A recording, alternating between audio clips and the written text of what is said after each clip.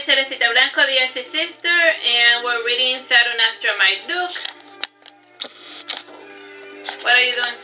Zooming out a little. Alright. We're reading Saturnastra Marduke. This is Chapter 5, Part 2. A few hours past noon, I felt a strange shiver over the air. I removed my boots and gloves and gave them to Ivy for safekeeping. I also removed my cloak and placed it over Cannon. I then walked over the nearest tree. Seeing me hug the tree made Ivy ask, "What are you doing?" "I'm climbing this tree to check for bad weather." "How are you going to do that without axes, or picks, or even shoes for that matter?" asked Ivy. Smiling, I said, "Watch and learn."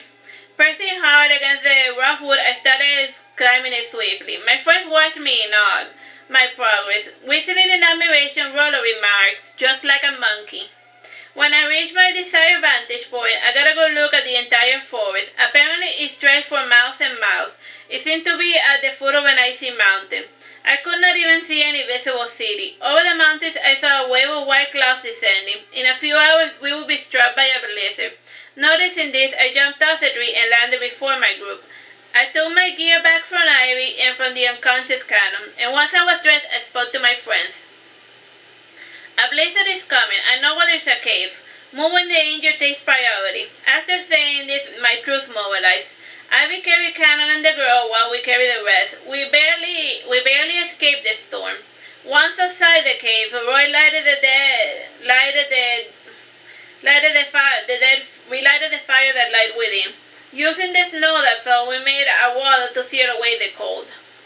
This new hiding place pleased my friends. They were finally away from the cold. For supper, we ate what little meat we had managed to carry with us from our cache. Afterwards, we tried once again to feed the afflicted. Since they did not eat much, we tried to give them a bit of snow to water away the thirst. They seemed to recuperate somewhat after this meager meal. The color was returning to their faces. While they slept peacefully, Ivy gave me a report on their condition. Renard's fever is finally cooling off. He should be fine in 4 days. As for the werewolves, they should heal in about a week. Hila has no visible wounds. I just suspect she collapsed from not eating anything yesterday. She should be up and about tomorrow. John and Treno appear to be full and in one piece. Why are they exhausted remains a mystery. Thank you, Ivy, I responded. Going to Cannon, I asked, "What is wrong with him?" Ivy rose and gave Cannon a kick in the stomach. This made him rise with a start before saying, "What the hell?" "He's just being a girl," she said, lying down beside him.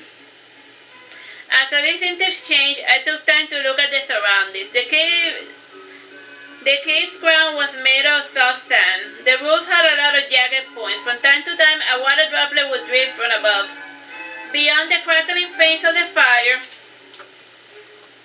I could make out the sound of running water.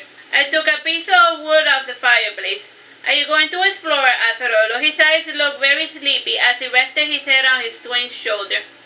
"I think I hear some running water. I'm going to see if I can find the source," I responded, rising. "What if you get lost?" "I'll be fine. I always had a good sense of direction." "You're on guard duty while I'm away." After saying this, I left. Slowly, I made my way in the direction of the water. As I went deeper, the ground became rougher. Eventually, I found the source. The torch illuminated a clear pool of water. It was large enough to fit 10 people. Putting my hand in the water, I was surprised to find it warm. However, what was truly surprising me were the numerous carps swimming about. I thought it was the oddest place to find carps. I put my head underneath the water and I saw carps. Pescadito. I understood corpse. Okay. No, carps, like fish. Got it. Carps. Magic carps. They're not magic carps, just, Regular carps. I put my head beneath the water and I saw that there was a tunnel covered in algae. For a while, I thought much on the mystery of this pool of water. Otherwise, I enjoyed soaking my feet in its warm depths. I was half tempted of checking out the tunnel. I did not know how far it extended. Prudence finally defeated my curiosity. curiosity. I then took a few cards and carried them back to the others. When I arrived, everyone seemed to be asleep. I thought to myself that I should have never left the twins on guard duty.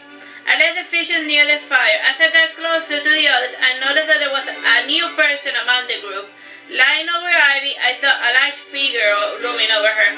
I noticed that he had long black hair and he was wearing a simple nightgown. Noticing the stranger, I put it out the fire using my cloak. Slowly, I removed my dagger from my boots. Slowly, gently, I approached. When I got close enough, I noticed that the thing was a woman. She was rocking Ivy softly in her arms. Ivy seemed to be in a daze. She kept calling the stranger father. I saw in the darkness how strangely the thing's shadow danced. It seemed to have a light separate from the body that the shadow emanated from. This thought filled my mind with grim thoughts. What made me burst into action was the realization that she was the same woman from my dream. She was about to kiss Ivy's neck when I assaulted the stranger. Grabbing her by the hair, I slit her throat. I saw deep dark blood pour from her neck as she turned around, and her face twisted in pain and anguish. Grabbing her throat, she gave a horrible screech that roused everyone from their sleep. In a flurry, she bursted through the snowy wall and fled outside the cave. The falling snow ruined any chance of tracking her down. By now, everyone, even the afflicted, were wide awake. The first one to speak was Ivy. She looked around and she noticed that she was bathed in blood. Terrified, she looked at her bloody hands. She then said, where's my father? Am I still dreaming? What was that monster? Rising up, Canon responded, surely we must all be dreaming, for I saw it as well. Was it a demon? Asked Rollo. It did not have the feel of a demon, remarked Canon, alarmed, forgetting himself. Yeah, you're right, responded the demon. Why are the others awake now? Asked one of the injured Jews. I don't know, responded the child in the bearskin.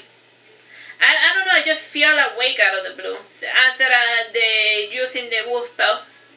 Who would not be awake after hearing that horrible screech? Answered Rollo.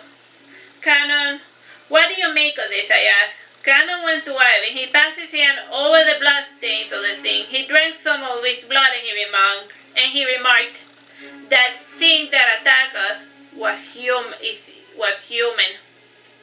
Alright, this is the end of chapter 5. What time? 7 minutes ago. Do you want to stop by here and start chapter 6? I think we should stop right here, cause... Yeah, so we don't get like in between chapter stuff. Yeah. Bye-bye, God bless.